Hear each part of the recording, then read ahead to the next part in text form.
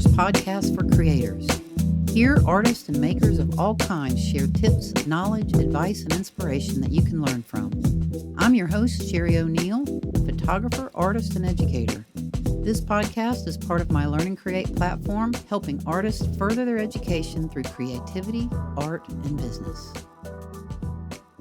What's going on? My name's Emma Zinck. I'm from a town called Fredericksburg, Virginia, and I've lived in Nashville now for about 8 or 9 years, playing music, writing songs, and doing the dang thing.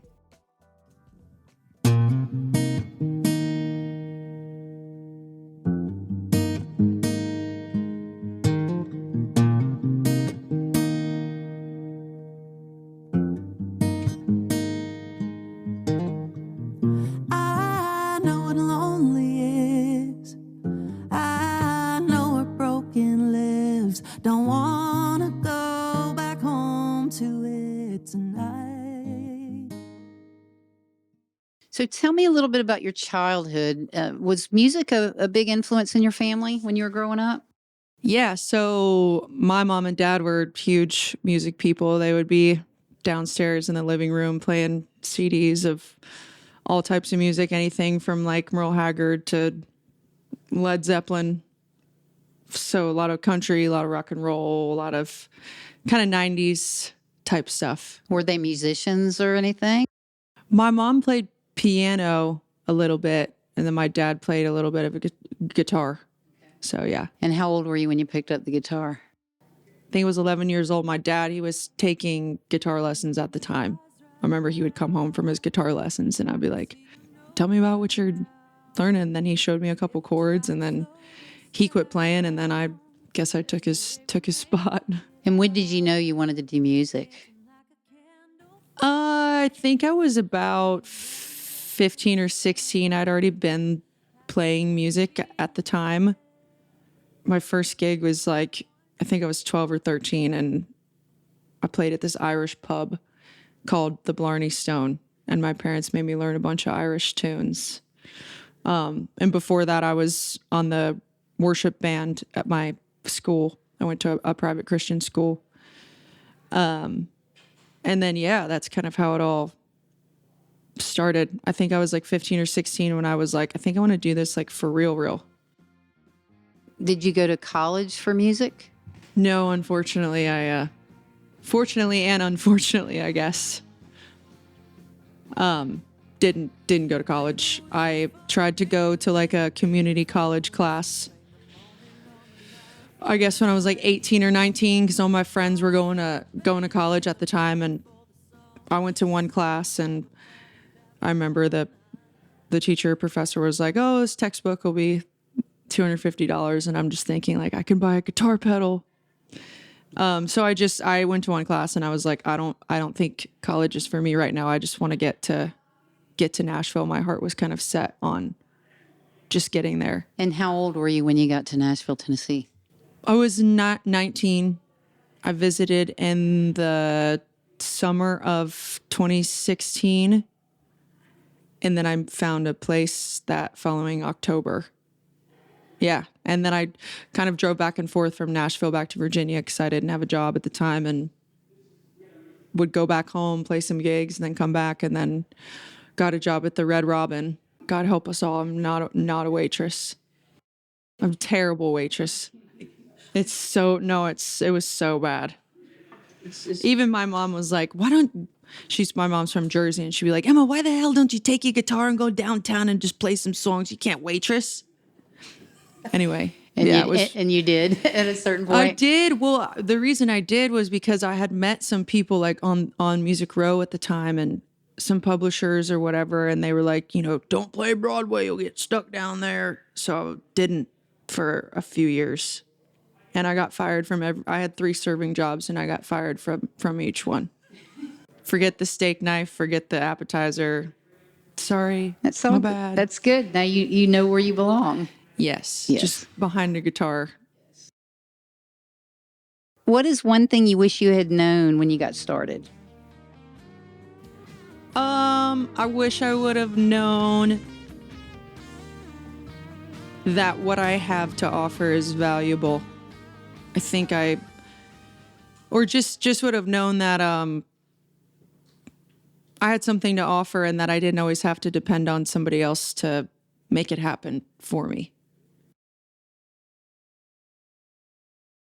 What's your biggest failure? Not fully believing in myself, for sure. Kind of questioning and always not being proactive enough, waiting on something to happen, or putting my faith into somebody else or something else rather than myself. So you mentioned a little bit about your influences before. Was there any specific person or artist that you really kind of feel like inspired you to start writing and playing music? Yeah, I think so. My first instrument was actually piano. I started playing piano when I was like 6. And I was totally mesmerized by Sarah Bareilles, like all her early Little Voice album, like all that stuff. And then simultaneously at that point, I was like 13, 14, and then I was super into Avril Lavigne, like the punk rock type, edgy skater girl thing. So simultaneously, these like piano ballads, blues thing, and then this like edgy rock type thing. And then I got into country in high school, and I joined this, signed up for this country competition. It was called Country Idol. And my parents love country, and I grew up around country, and I never didn't really start really getting into it till I was like 15 or 16, and then got super into like Leanne Rimes and Trisha Yearwood and Dolly Parton. And I remember singing like Jolene and a Trisha Yearwood song, How Do I Live Without You? And that they really started influencing me in country. Hey guys, thanks for listening. I hope you're enjoying the Creative Push. This show is a labor of love, and it sure would help if you'd click the subscribe button, share with your friends, and give me a thumbs up rating. If you want to support the podcast, you can offer a small monthly donation to help sustain the work and time it takes to produce future episodes, and you can cancel at any time. Click the link in the show notes for more information. Any support is greatly appreciated, and I'm glad to have you here. Now let's get back to the show.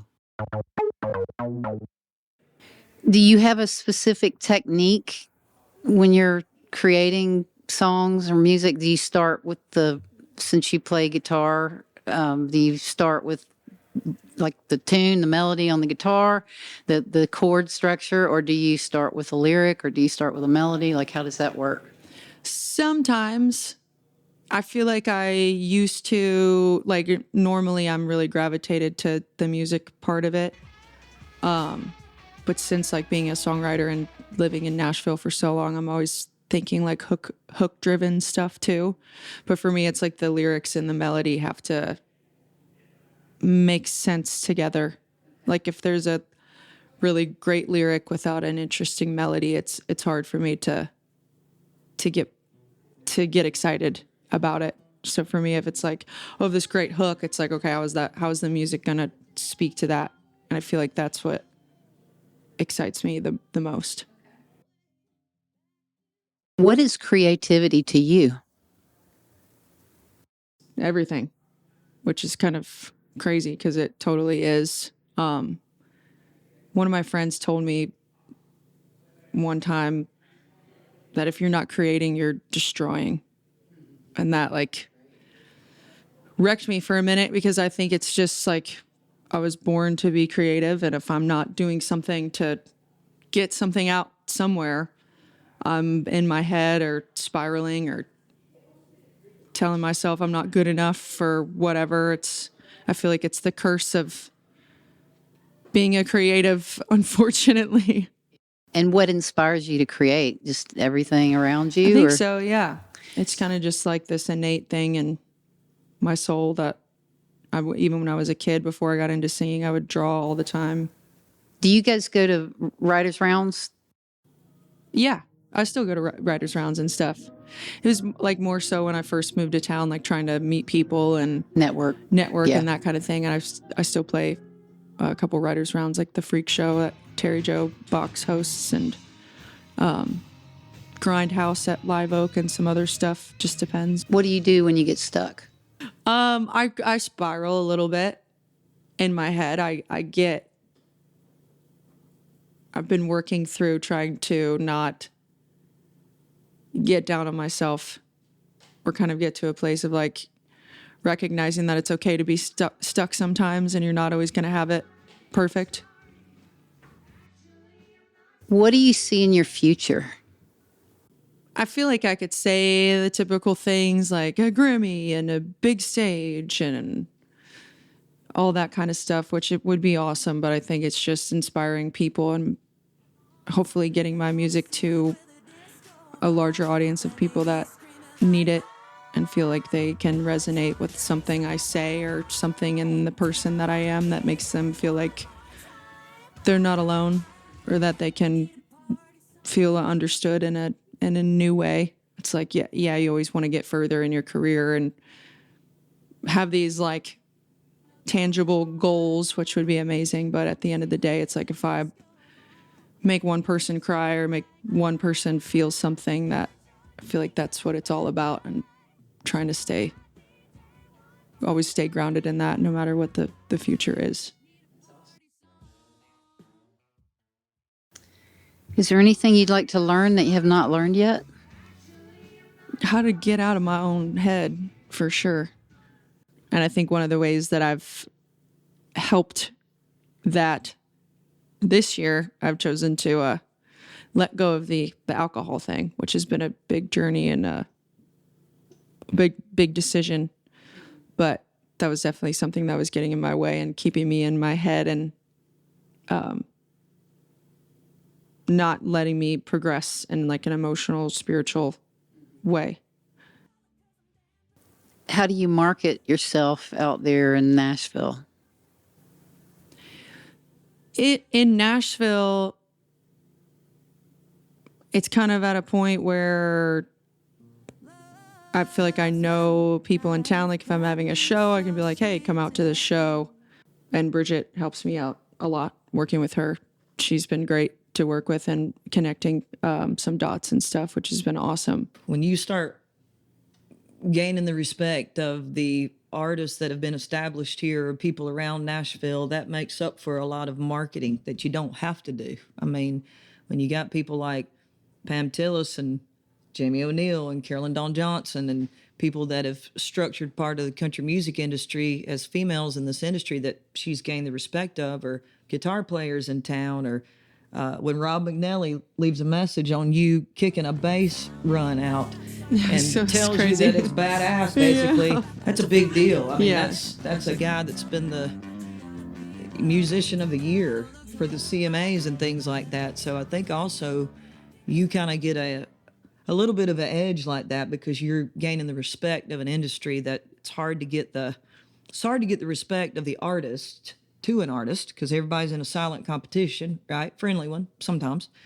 But it's also hard to gain the outskirts of that. And I think a little bit you've got an edge on that where you're gaining that respect too. So that's part of the marketing of her. Obviously, you market your shows and you tell people when you have a show, but there's this whole world of like social media, which is now seems to be the biggest factor in marketing yourself. So that's been like my main focus, and it's taken me a second to like shift my head to, all right, well, I didn't want to get on the camera and dance around in my own song, but that's what you got to do, kind of thing. And it's been good. I mean, it's like a kind of a thing, finding your own way of how you want to do it and finding yourself as an artist with putting yourself out there on a platform for literally anybody to see. But it's like, if you're trying to market yourself, you're going to reach more people doing that sometimes than playing a show for 30, 50 people. You know what I mean? So I think like touring is like a huge thing still. What advice can you offer to someone starting out in their own creative path? Focus on being a cool hang rather than going into town and looking for opportunities, which we're all looking for opportunities. But at the end of the day, it's like if you want to write a song with somebody or you want to connect with somebody, like just connect with them like like you would a human. And if it's a vibe, that vibe's great. If it doesn't vibe, then that's all right. Maybe it's not the person you're supposed to work with. I think for me, just like building relationships and not trying to set an expectation on always trying to get something out of somebody, for sure. Thank you so much for being on the Creative Push. I really appreciate it. Absolutely. Thank you so much for listening. As always, my intention is to offer you inspiration that excites you to want to get out there and create something amazing.